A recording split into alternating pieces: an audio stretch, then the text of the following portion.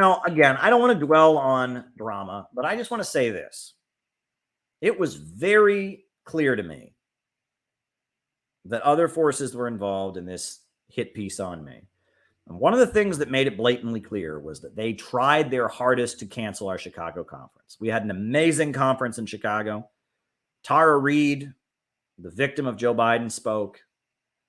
The African People's Socialist Party, the Uhuru movement, they spoke. And right before that conference, the people who put that hit piece out on me, one of them said on the phone, "You're going to cancel the conference, aren't you? So you're going to cancel the conference, right?" And I said, "No." He said, "Well, we're going to put this out during the conference. It's going to really embarrass you during the conference." And I said, "Well, I don't care. We're still doing the conference."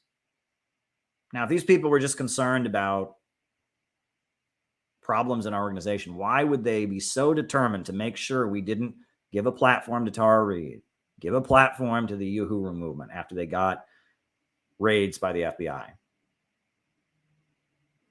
What happened was and the whole conference, I turned off all my social media. I turned off I deleted Facebook from my phone, deleted Twitter from my phone. I still don't have them on my phone. It's demon apps, seriously. I mean, I'm here on YouTube, but it's, I said, all right, whatever happens, happens. I have got a job to do and I'm going to do it. The whole conference. And I said, if you hear about it during the conference, don't tell me about it. I said, don't tell me about it. And that speech I gave in Chicago, go watch that speech. I warned you this all was going to happen. I said they're telling lies about me and they're just getting started. And I said, I doubt I told you all it was going to happen because I knew this was coming. And yeah, I could have been a punk. I could have been a punk like they wanted me to. I could have said, "Oh, you're right. You know what? I'm scared. They're going to say nasty things about me on the internet. I'm calling the conference off." Didn't do it. As much as that's what these people wanted. They really wanted me to get so scared that I would call off the conference. Well, I didn't do it.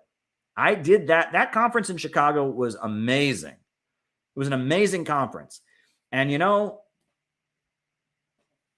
keep in mind when you watch those videos, I did that with the threat of this character assassination hanging over my head. I did that while being more or less blackmailed by these people. So if you have any doubt in my organizational capabilities, my ability to get the job done under stressful circumstances, right? People have got your deepest, darkest personal secrets, your sexual family drama that's nobody's business, that doesn't belong on the internet. And they're telling you they're about to put it out on the internet and they're going to give it to Vosh and they're going to give it to all your enemies and they're all going to use it against you. And I buckled down and I said, I'm doing this anyway. So if you have any doubt that I can get the job done, that should dissuade you. Some people say, "Oh, Caleb shouldn't be a leader." Well, I'm not running for Congress. I'm not trying to be the president, but I am the leader of the Center for Political Innovation. I am going to keep having events and keep having conferences, and I can do it under the tough circumstances. I can do it. I am capable of getting shit done, folks. I am capable of getting shit done. If you ever have any doubts about my abilities, go and watch those tapes. I did all of that with the threat of a vicious personal smear hanging over my head, and I still did it. I did all of that with those threats hanging over my head. That's who I am. That requires a level of strength that some of these people could only dream of. So don't tell me, "Oh, Caleb's not fit for leadership anymore." Well, leadership of what? I'm not fit to be streaming? Well, here I am. There's 200 people watching me right now. I think I am. "Oh, I'm not fit to write books anymore, not fit to have conferences." Fuck you. You could only dream of doing what I'm capable of doing. You left book losers. These people, give me a break. I'm right here. I'm standing strong. I said in my speech, they're not going to cancel us. They're not going to destroy us. They're not going to erase us. I meant it. We are right here and we are not going away, motherfuckers. I'm right here. So there you go. And if you have any doubt that these people were not just working for themselves, Ask yourself why. Garland Nixon was there. You can ask Garland Nixon. He's talked about it on his streams. I told them I was sitting with Garland Nixon and the other people who spoke at the conference, and I said, look, they're telling me that they're going to come out with this in the middle of the conference. That's what Garland Nixon said. He said, this clearly comes from the government. This clearly comes from somebody. This clearly comes from the deep state, because why would they try to stop the conference, right? If it was just some kind of, if it was just some people who were mad about something, then why would they try to stop the conference? Thank you, John. And I didn't cancel the conference. And we're going to have more conferences, maybe this spring. I don't know when.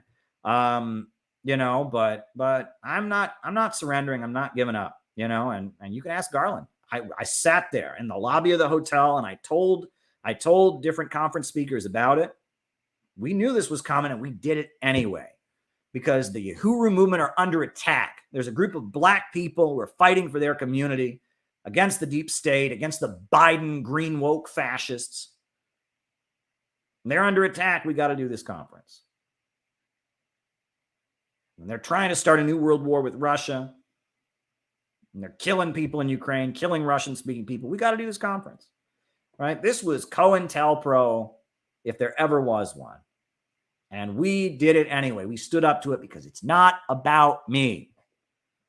It's not about my personality. It's not about trying to convince you that I'm the best person. I never make any mistakes. It's about fighting the goddamn imperialists. That's what it's about. It's about standing up against this criminal international oligarchy, this global financial system that is grinding people all over the world into poverty. That's what it's about. And if we're not willing to take blows, we're not willing to take attacks, take scars, we're not willing to make alliances with people who we might not agree with, people that we never thought we might make an alliance with. If we're not willing to be like Karl Marx and work for the Fox News, New York Tribune of 1860, and work for the Republicans and Abraham Lincoln. If we are not willing to be like the Soviet Union that aligned with U.S. imperialism to defeat the Nazis, if we're not willing to do what needs to be done to get the job done, then we ain't worthy of the name, right? And I'm in this for real, folks. I am in this for real. I was, when we were cleaning up, when I was moving and cleaning up, I found a lot of items. One of these streams later, I'm going to show you some different items to kind of let you know that I'm in this for real. But well, thank you, Leon. I do appreciate that. But I'm in this for real, and I don't care. Tunnel vision, folks. I'm tired of the internet drama. I'm tired of it. I'm really tired of it. I got shit to do.